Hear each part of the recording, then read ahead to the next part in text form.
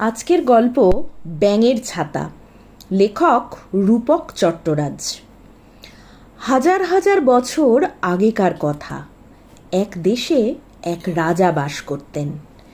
রাজার ছিল মস্ত বড় রাজপ্রাসাদ, আর রাজ্য বলতে ছিল এক বিরাট জঙ্গল। দিন চলার মতো ফল পাকুড়, কাঠকুটো ইত্যাদি পেয়ে যেত সেই জঙ্গল থেকে। সেই রাজার ছিল 7 রানী।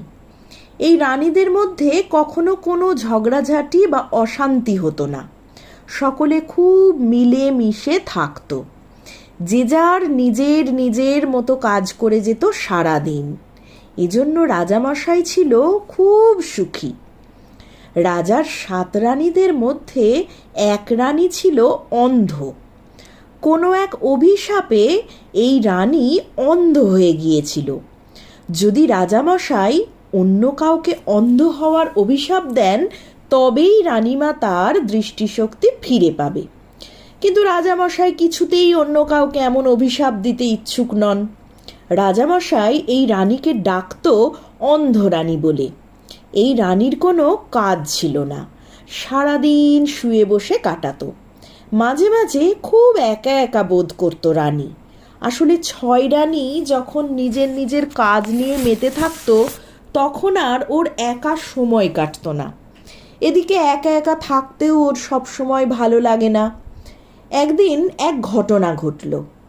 অন্ধরানী একা একা থাকতে না পেরে কাউকে না জানিয়ে জঙ্গলের ভেতর গেল ব্যাঙের ছাতা তুলে আনতে। গভীর জঙ্গলে এক গাছের নিচে ভিজে ভিজে মাটিতে ব্যাঙের ছাতা গজিয়ে উঠেছে। অদ্ভুত তার সোদা সোদা মিঠে মিঠে গন্ধ। আর সেই গন্ধ শুঁকে শুঁকে ঠিক সেখানে গিয়ে হাজির হলো অন্ধরানী। তারপর একটু নিচু হয়ে যেই না হাত বাড়িয়ে ব্যাঙের ছাতা তুলতে গেছে, অমনি এক দুষ্টু মাছি কোত্থেকে উড়ে এসে অন্ধরানীর ঘাড়ে কুটুস করে কামড়ে দিল। সেই দুষ্টু মাছির কামড়ের চোটে অন্ধরানীর যন্ত্রণায় ছটফট করতে করতে ঘাড়ে হাত বোলাতে লাগলো। সেই দুষ্টু মাছি ওড়ে আর পোঁ পোঁ করে ঘোরে। অন্ধরানীর চারপাশে ঘুরতে ঘুরতে বলে, খবরদার, ব্যাঙের ছাতায় হাত দিলে আবার কামড়ে দেব কুটুস করে ঘাড়। তখন অন্ধরানী আর কি করে, বাধ্য হয়েই হাতড়ে হাতড়ে নিজের বাড়ির দিকে ফিরে চলল। যেতে যেতে অন্ধরানী এক পাখির ডাক শুনতে পেল। এক ঝাঁকুর মুকুর গাছের ডালে পাতার ফাঁকে বসে বসে এক টুনটুনি পাখি অন্ধরানীকে দেখে টুই টুই টুই টুই করে ডেকে উঠল। অন্ধরানী টুনটুনি পাখির ডাক শুনে কিছুক্ষণ থমকে দাঁড়িয়ে পড়ল। তারপর আবার নিজের বাড়ির পথে চলতে লাগলো। টুনটুনি পাখির বাসা ছিল যে গাছে, সেই গাছের নিচে ছিল ঘন ঘাসের ঝোপ, আর সেই ঝোপে থাকতো এক সাপ। সাপটা টুনটুনি পাখির হাসির শব্দ শুনে নিজের মনে বলতে লাগলো, টুনটুনি পাখি যখন হাসে, বিপদ তখন ঘনিয়ে আসে। একথা নিজের মনে বলতে বলতে সরসর করে সাপটা ঝোপ থেকে বেরিয়ে পালাতে লাগলো। কাছেই ছিল মস্ত এক উইপোকার ঢিবি। কোনো উপায় না দেখে ভয়ের চোটে সাপটা সেখানে ঢুকে পড়ল। হঠাৎ সাপকে ওদের গর্তে ঢুকে পড়তে দেখে উইপোকারা তখন চিৎকার চেঁচামেচি শুরু করতে লাগলো। চেঁচিয়ে চেঁচিয়ে ওরা বলতে লাগলো, বনের পথে কারা যাও, আমাদের এসে বাঁচাও। ওই জঙ্গলে সে সময় গাছপালা খাচ্ছিল এক হাতি। সে এই চেঁচামেচির আওয়াজ শুনে ছুটতে ছুটতে এলো উইপোকাদের বাঁচাতে। সেই হাতিটা এমন ঘোঁত করতে করতে ছুটে এলো যে পথের ধারে দাঁড়িয়ে থাকা এক কচ্ছপকে দেখতে না পেয়ে একেবারে মারিয়ে দিয়ে চলে গেল। কচ্ছপের পিঠের খোলা খুব শক্ত। হাতিটা ওকে মারিয়ে দিতেই কচ্ছপটা কোনো রকমে নিজের খোলার মধ্যে সেঁধিয়ে প্রাণে বাঁচল সে যাত্রায়। আর হাতিকে জব্দ করার জন্য কচ্ছপ তখন তাড়াতাড়ি ঘাসে আগুন লাগিয়ে দিল।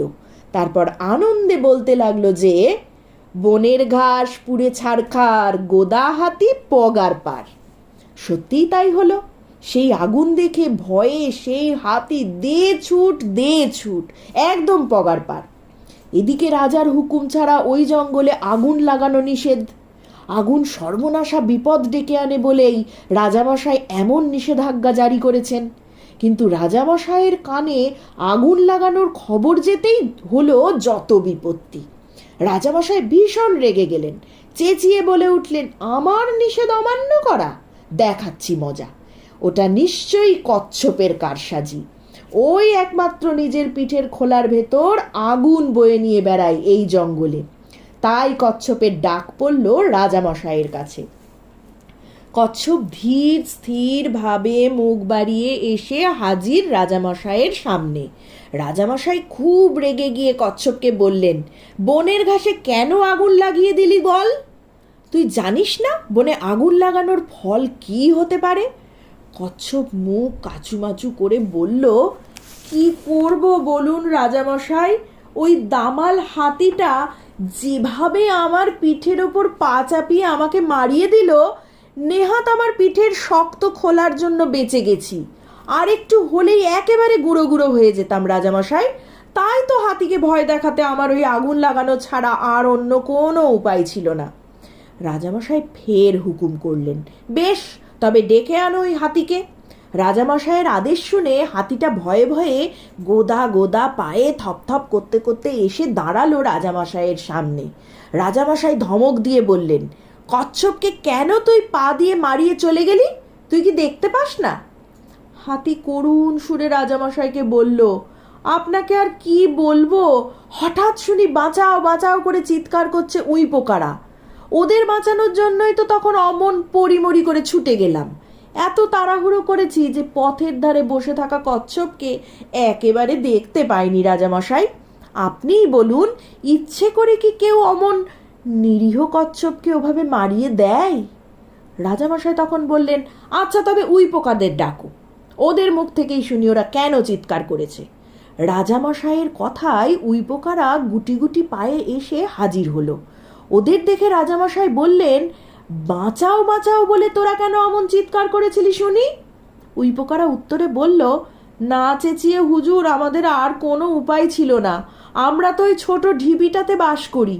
হঠাৎ দেখি হুড়মুড় করে একটা সাপ এসে ঢুকে পড়লো আমাদের ঢিপিতে। প্রাণের ভয়ে তখন আমরা চেঁচিয়েছি। কি করব বলুন রাজামশাই, সাপটা তো আমাদের খেয়ে ফেলবে, তাই অমন করে বাঁচাও বাঁচাও বলে চেঁচিয়েছি। রাজামশাই ফের আদেশ দিলেন, বটে, তবে ওই সাপকে ডেকে আনো। সাপ রাজামশাইয়ের আদেশ শুনে সুরসুর করে এসে হাজির হলো। রাজামশাই বকুনি দিয়ে বললেন, তুই উই পোকাদের ঢিপিতে ঢুকেছিলি কেন? তখন সাপ রাজামশাইকে বলল, আপনি তো জানেন টুনটুনি পাখিটা হাসলে বনের মধ্যে কেমন বিপদ হয়। ওই টুনটুনি পাখিটা হেসে উঠেছিল, সেই ভয়ে আমি কাছের গর্তে ঢুকে পড়ি। ওটা যে উই পোকাদের গর্ত আমি একেবারেই বুঝতে পারিনি। রাজামশাই দীর্ঘশ্বাস ছেড়ে টুনটুনি পাখিকে ডাকার আদেশ দিলেন। কাছেই ছিল টুনটুনি পাখিটা। সঙ্গে সঙ্গে উড়ে এসে হাজির হলো রাজামশাইয়ের সামনে। রাজামশাই যথারীতি টুনটুনি পাখিকে দেখে বললেন, তুই হেসেছিলিস কেন? টুনটুনি পাখি বলে উঠল, বারে, আপনার অন্ধরানী যে ব্যাঙের ছাতা তুলতে গিয়ে আর তুলতে পারল না। অত সুন্দর ব্যাঙের ছাতা, কি তার মিষ্টি মিষ্টি সোঁদা গন্ধ, অন্ধরানী ওগুলো তুলল না বলেই তো হাসলাম। এবার ডাক পড়ল অন্ধরানীর। রাজামশাইয়ের সামনে অন্ধরানী এসে দাঁড়াতেই রাজামশাই বললেন, অন্ধরানী, তুমি ব্যাঙের ছাতা তুলতে গিয়েও আর তুললে না কেন? তুমি তো জানো আমি ব্যাঙের ছাতার ঝোল খেতে ভালোবাসি। আহা, তুমি তুলতে গিয়েও তুললে না।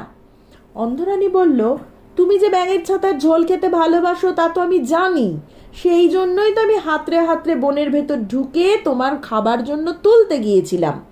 কিন্তু একটা দুষ্টু মাছি এসে আমার ঘাড়ে কুটুস করে কামড়ে দিল, তারপর ব্যাঙের ছাতায় হাত দিতে বারণ করলো। ও আমাকে ভয়ও দেখালো। জানো, দুষ্টু মাছিটা ছড়া কেটে কেটে আমাকে বলতে লাগলো, ব্যাঙের ছাতা ধরলে ফের কামড়ে দেব, পাবে টের। আমি তো খুব ভয় পেয়ে গেলাম। ওই দুষ্টু মাছিটা যদি ফের আমার ঘাড়ে কামড়ে দেয়, সে কি যন্ত্রণা ওর কামড়ে, তার তোমাকে কি বলবো। রাজামশাই অন্ধরানীর কথায় দুষ্টু মাছিটার ওপর খুব চটে গেলেন। ওই মাছিকে ডাকার হুকুম দিলেন। দুষ্টু মাছি তো রাজামশাইয়ের আদেশ পেয়ে ভন ভন করতে করতে উড়ে এসে বসলো রাজামশাইয়ের সামনে। রাজামশাই ধমকের সুরে বললেন, তুই আমার অন্ধরানীর ঘাড়ে কামড়ে দিলি কেন? তাছাড়া তুই অন্ধরানীকে ধমকও দিয়েছিস, ব্যাঙের ছাতা তুলতে বারণও করেছিস কেন? তুই জানিস না আমি ব্যাঙের ছাতার ঝোল খেতে ভালোবাসি? একটু চুপ করে থেকে মাছি উত্তর দিল, রাজামশাই, আমি তো একটু রসিকতা করতে চেয়েছিলাম অন্ধরানীর সঙ্গে, সেটা যে এমন আকার ধারণ করবে তা তো স্বপ্নেও ভাবিনি। দুষ্টু মাছির কথা শুনে রাজামশাই একেবারে রেগে আগুন। খুব কঠিন সাজা দেব তোকে আজ।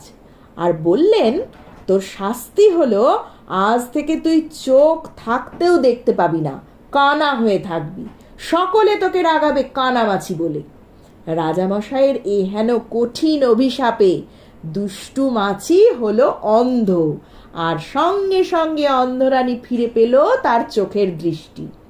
মাছি ভন ভন করে যেখানে সেখানে উড়ে উড়ে বেড়ায় আর কুটুস করে কামড়ে দেয় সেই থেকে। চোখের দৃষ্টিশক্তি ফিরে পাওয়ার পর রানীমা রাজামশাইয়ের জন্য জঙ্গলের মধ্যে ঢুকে তুলতে গেল ব্যাঙের ছাতা। ধন্যবাদ।